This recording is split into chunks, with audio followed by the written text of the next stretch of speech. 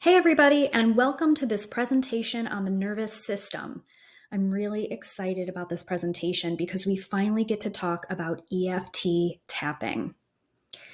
Now, as we've learned in previous presentations, the body and the mind are certainly connected, and this module talks about just how through your nervous system. The nervous system plays a role in nearly every aspect of our health and well-being. It guides everyday activities such as waking up to automatic activities such as breathing and complex processes such as thinking, reading, remembering, and feeling emotions. The number one organ of the nervous system is the brain, and it controls all the body's functions by sending and receiving messages through the spinal cord. Now, we're going to talk about three topics today as we learn more. First, the basics and just understanding your nervous system and how it works. Second, we're going to talk about somatic techniques that you can employ to help yourself calm the nervous system. And thirdly, we're going to talk about moderating and moderation. This is the piece that's going to tie into kind of our ideal state and help us not incorporate those maladaptive coping mechanisms, but rather help us employ healthy or healthier coping mechanisms. So first, understanding your nervous system. Well, we can't talk about the nervous system without talking about the vagus nerve. Polyvagal theory, which started to develop around the late 70s and early 80s, discusses how the vagus nerve is the calming element of our nervous system, which balances out the activity element. So think about the activity element as the action of the things that you do or the reactions that you have. And now think about the vagus nerve's calming element as the thing that keeps it all in check. Okay, so these two things are a yin and a yang, and we need both of them. Now, polyvagal theory ties these two things together via something called social engagement systems. This is a combination of that calming element and the activity element, and that helps us cope better, both socially and physically in our environments, which of course then affects us emotionally and mentally. Think back to the fight or flight discussion we had, or where your body just chooses to shut down for a few days. This is all coming from the vagus nerve either not doing enough or the activity element doing too much, okay? There's an imbalance there. So to think about this a little bit further, if you've noticed physical symptoms when you're feeling anxiety, that's really no surprise. The vagus nerve affects both above and below the diaphragm. So when you're having issues below the diaphragm, you're going to feel that very physically, like stomach problems, right? When it affects above the diaphragm, it's going to be much more emotionally based, like not being able to catch your breath because of anxiety. So the vagus nerve affects the root all the way to the crown. Now, let's think about rock climbing as an example of how the vagus nerve is meant to work. Imagine holding a rope for someone that is rock climbing, and when they get to the top, it's time for them to start scaling back down. Now, as the person holding the rope, you don't just let go when they get to the top and let them plummet to the earth. You gradually decrease the slack on the rope so that they can come down slowly. That's what the vagus nerve is supposed to do. It's the basis for polyvagal theory and the social engagement systems. Another way that science looks at this system and these nerves is by understanding that it affects the parasympathetic system, which is another term, we could call it rest and digest.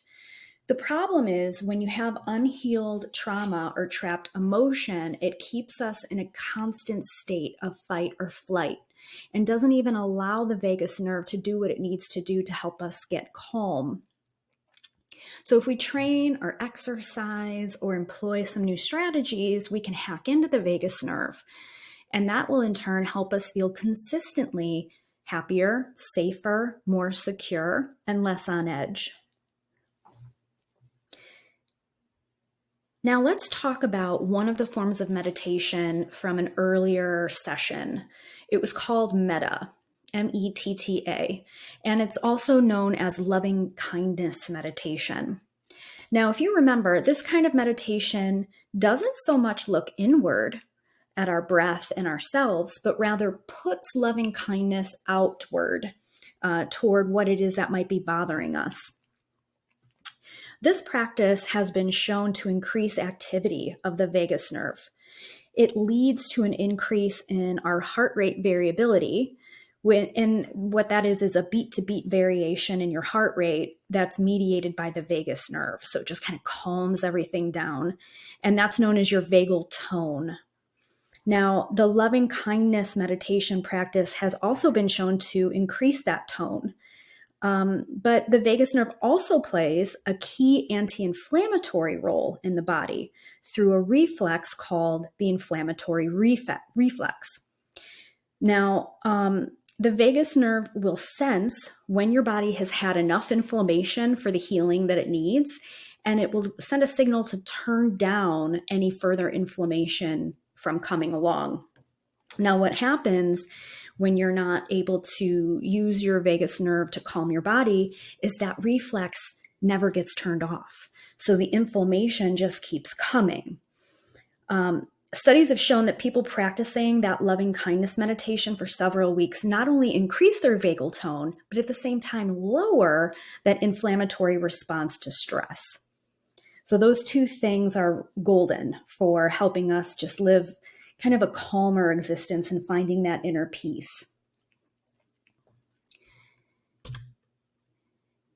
Now let's dig a little bit deeper into the combination of the vagus nerve's calming element and that activity element, because we still have to do things throughout the day, right? Now, the combination of those two things and the balance of them is polyvagal theory's social engagement system. So as another example, think about dogs at a dog park. Some dogs are aggressive toward others. Some are going to run away and hide and be scared and cower. Others are going to hide. That's the fight or flight response, okay? Now, if you look at the other dogs, some are going to play and wag their tails and jump around. This is showing that they feel safe and at ease. This is a perfect example of the employment of their social engagement system. It is providing the balance. So another example is if you think of a squirrel. You have dogs at the park, they see a squirrel. There's going to be a heightened moment of alertness, but then they might just go back to playing, right? That is the social engagement system balance. Let's continue. Here's a fun fact. Only 20% of the vagus nerve communication is from the brain to the body, while 80% is from the body to the brain. So when we talk about somatic therapies for healing and calming your nervous system, the idea is to control and calm your body so that it sends appropriate messages to your brain and doesn't send you into like an anxiety spiral. Okay. So contrary to what you may have believed, your mind isn't starting the majority of the response problem or the anxiety. It's reacting to what your body is telling it. Now let's talk about somatic techniques. Now, the word somatic comes from the Greek word soma, which means living body. Somatic healing is a form of therapy that also addresses the body and the mind, emotions, and feelings. It doesn't assume that physical pain only needs physical therapy and that mental health concerns only require psychological therapy. Somatic psychotherapy and psychology is rooted in the connection between them both, even though the word soma means body. So the idea is to learn how to translate the body's signals and the mind's response through regulation-based exercises. Now, a few of these techniques we've already talked about before. In a previous module, we talked a little bit about grounding, which is a technique used on the body that enables one to feel themselves in the present moment. People will talk about putting their feet in the grass, okay? But there are a few others I'll fly through, and then we're going to focus mainly on this EFT tapping. Boundary development is all about the person concentrating on the here and now, giving them the tools to respond positively to changing requirements and setting clear boundaries. It enables a person to react to changes more confidently and guard themselves against being overwhelmed. Okay, it's a great exercise to practice. Now, self-regulation, this is a concept that's more to do with self-regulating your body, not necessarily what you put into it or drink. It's the idea that a person stays aware and feels part of their body during deep emotions. So learning to self-regulate will help you respond appropriately at times of severe emotional impact. Movement and process is more about your posture, your sense of space, your body language, your gestures, and making sure that you are moving through the processes of the body appropriately. Sequencing is all about how the tension built up by traumatic experiences may move around the body. So you may have tension in the stomach, which could move up to the chest, move up into the throat. And so being aware of where one problem moves around to be another is understanding sequencing. And then resourcing is related to the resources that you can give yourself to feel that you have safe choices to make and to not be overwhelmed and anxious by what's in front of you. And so it's really like when you ask a child, do you want to take a bath or do you want to take a shower? Either way, that kid is getting clean, but it's giving them the resources to feel in control by making the decision based on what they most prefer. And by that, you are giving yourself peace, and you're, in this sense, giving the child peace so that they can make that decision and move forward more confidently. Now, I'm going to skip to the last bullet here, that guided imagery. We talked a lot about this in guided meditation and visualization, right? Another great somatic technique.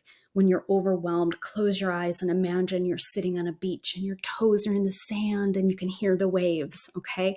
All that imagery will help calm your nervous system.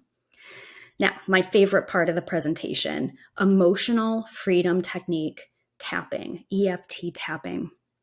Now, EFT uses similar principles to acupuncture. It shows that there are specific points on the body related to organs or other parts of the body. And then by using your fingers or tapping on these points will send messages to your brain. And this in turn can relieve the tension and pressure that is built up due to negative experiences or emotions that you may have experienced. So how does this work? Let's dig in a little bit more. Not only is this a great in the moment kind of saving mechanism, but it's also a great mechanism for releasing trauma and trapped emotion. So I mentioned the acupuncture points in the body. When you're tapping on these points, it's important to think about kind of what's bothering you. So how this came about was it was being developed early on in the late 70s and early 80s. The body's energy, as we know from our energy module, travels along specific pathways. Now, you can stimulate certain points of the pathways to improve the flow of energy. They actually did a survey of a collection of 20 studies and found that EFT techniques reduce symptoms of depression just as well as conventional treatments, and it lasted over time too. Now, studies also showed this was true for PTSD and other phobias, which would be great for people to try if they have a fear of flying, for example. In one more study that I'll talk to you about, They actually measured the cortisol levels in saliva before and after the treatment, and they monitored psychological symptoms as well, like heart rate. Now, the people who did the EFT tapping had a significant drop in cortisol, which is that stress hormone, compared to the other groups that did not. And I have a quote here at the bottom from one of the pediatric professors at Columbia University, where she said, "There's nothing that has been as effective in reducing physical pain and psycho-emotional discomfort and stress than tapping." I think that's an amazing comment from a professor at Columbia. Now let's talk a little bit about how it works. I'm going to, at the end of this module, provide you with a actual meditation to try, and I will lead you through the tapping points. But it always starts at the karate chop point of your hand. That's kind of where we set the intention. Okay, so we identify the problem we want to focus on. Sometimes it can be stress of something that happened at work, not being able to sleep. It could be pain in your kidney. It could be a fear of flying. Like I said before, you identify the problem and how you feel about it right now. As you're tapping on the karate chop point, say or think about 3 statements that acknowledge the truth of how you feel. For example, I'm feeling really stressed out about work today, but I honor that I am trying to relax myself now. I know it was a really busy day, and I am committed to calming myself right now. So it's 2 examples, right? You just kind of reword it slightly, but the intention is the same. Then you begin working through the other points as you continue with these reflections. Essentially, you're kind of talking to yourself. But by doing this, you're sending the calming signal from your body to your brain, allowing you to think of the problem without feeling the stress in your body. So remember, 80% of what goes through that vagus nerve is coming from your body it's telling your brain basically what to think. And so we're rewiring that. Okay. Now, when you feel better after some rounds of that, or, if you want to do it over time, you can continue with more empowering thoughts too. So weed the garden before you plant new seeds, basically. If you want to take EFT tapping to the next level, you can always program your mind with, where you want to be, like enjoying exercise or eating healthier. Okay. Now, the general pathway is the karate chop point, and then the eyebrow, and then side of the eye, under the nose, on the chin, at your collarbone, under the arm, and then top of head resets the whole thing again. Okay, and then you go back to the eyebrow. Now, I know that sounds overwhelming, but when you're in a meditation, you're being directed the whole time. So in between the sentences, the meditation leader will say eyebrow, side of the eye, and then to move to the next point. Now, here's something super cool. When measured against the standards of the American Psychological Association's Division 12 Task Force on empirically validated treatments, EFT is found to be an evidence-based practice for anxiety, depression, phobias, and PTSD. Okay, this is a scientifically proven hack that works. Now, let's talk about moderating and moderation. And I have a picture of a baby here because I'm going to be using another reference from a book called Baby Wise as an example. But isn't that cute anyway? Now, this is going to require us to look in the mirror a little bit, okay? Moderating, the definition is to make or become less extreme, intense, rigorous, or violent, okay? So when we're talking about moderating the nervous system, we want it to use its vagus nerve to calm the frick down, okay? We want to moderate the emotions. We want to moderate the reactions. We want to moderate the physical symptoms, okay? Now, moderation is another thing that we're trying to figure out how to do, right? This is the avoidance of excess or extremes, like having 1 glass of wine instead of a bottle and a half, Okay. What happens if we don't moderate? We will not be able to live in moderation. So, keeping our reliance on maladaptive coping mechanisms controlled will allow us to enjoy those same things in moderation. No one should live without carbs. Anyone should be allowed to have a glass of wine if it's not an addiction. And so that's what we're going to talk about next. The first thing I want to encourage you to do is self-triage. When you are getting the craving to smoke a cigarette, have a White Claw or a glass of wine a little earlier than usual, or to relieve stress, ask yourself, what am I feeling right now? What's running through my mind? What's nagging at my emotions? So let's say it's 4:05. I'm just about done with work for the day. And I'm like, I'm going to go have a glass of wine. Why am I rushing to do that? Physically, I'm feeling a little restless and anxious. Okay. Running through my mind is what a crazy day it was. Maybe I'm replaying some conversations in my head, and my body is telling my brain, go have some wine. It's going to calm you down. I want to ask you to reject that. Do the self-triage about what it is that you're craving for that relaxation, and do the next best option. Okay? Now, I'm not saying you can't have a glass of wine by the end of the night, but I'm going to tell you how to do it the right way. The next best option might be to take a walk. It might be to do some yoga stretches. It might be to do some meditation. Maybe there is some chores you can do. Okay, work out that energy in a different way that is more healthy. Now, when you've worked out that energy, and it could take a couple hours, and you might not even work it out before the end of the night, that's when you can have your enjoyment of moderation, okay? That's when you can later have that glass of wine, because you're not having that glass of wine to soothe something. You're having it because you're ready to sit down.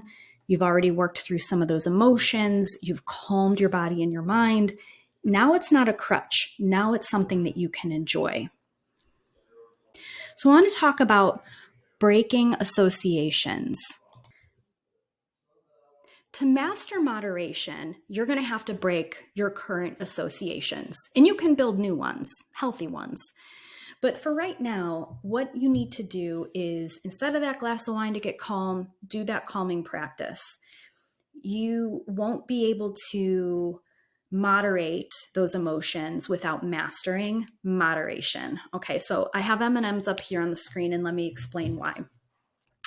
In the book Freakonomics, or at least in the documentary interview, the author talked about his daughter when she was 2.5 or 3, potty training. And she went from not being able to control her bladder at all to figuring out that every time she lets a little bit out and pees, that she gets a bag of M&Ms. It took her less than a few hours to hack the system and have a lot of short bathroom breaks to get a lot of bags and M&Ms, where the day before she couldn't even control not peeing in a diaper. Okay, so this is the kind of reward system that gets us addicted to having that glass of wine. Okay, we put all of our actions around getting that reward, and we're going to break those associations. Another example that I mentioned earlier is in Baby Wise.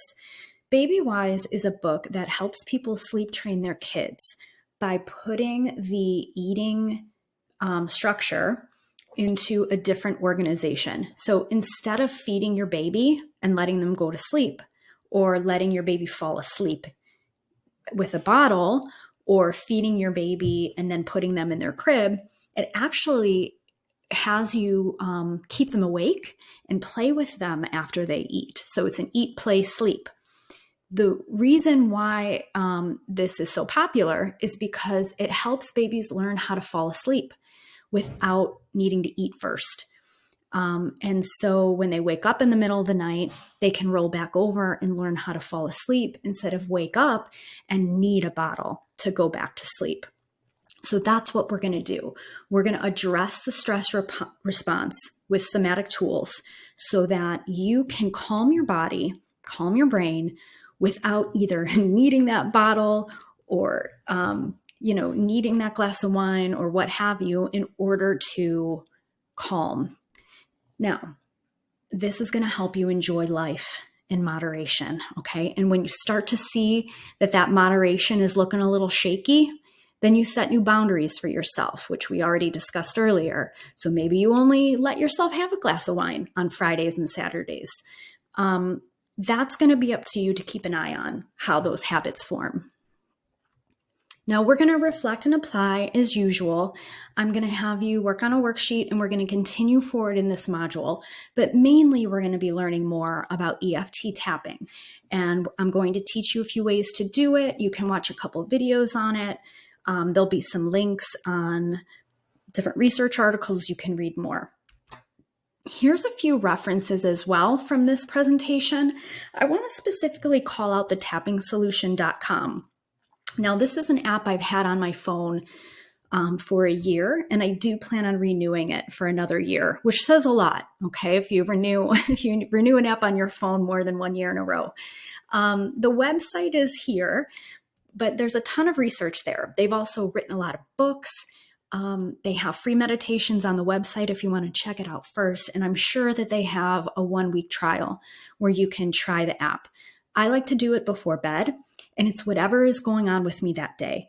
And you'll notice you can search anything in there. There's different fears, there's different bodily ailments, there's different emotional fears and feelings. Check it out. It's a fantastic app, and it's everything you need to hack into this vagus nerve. Thank you so much, and I will see you next time.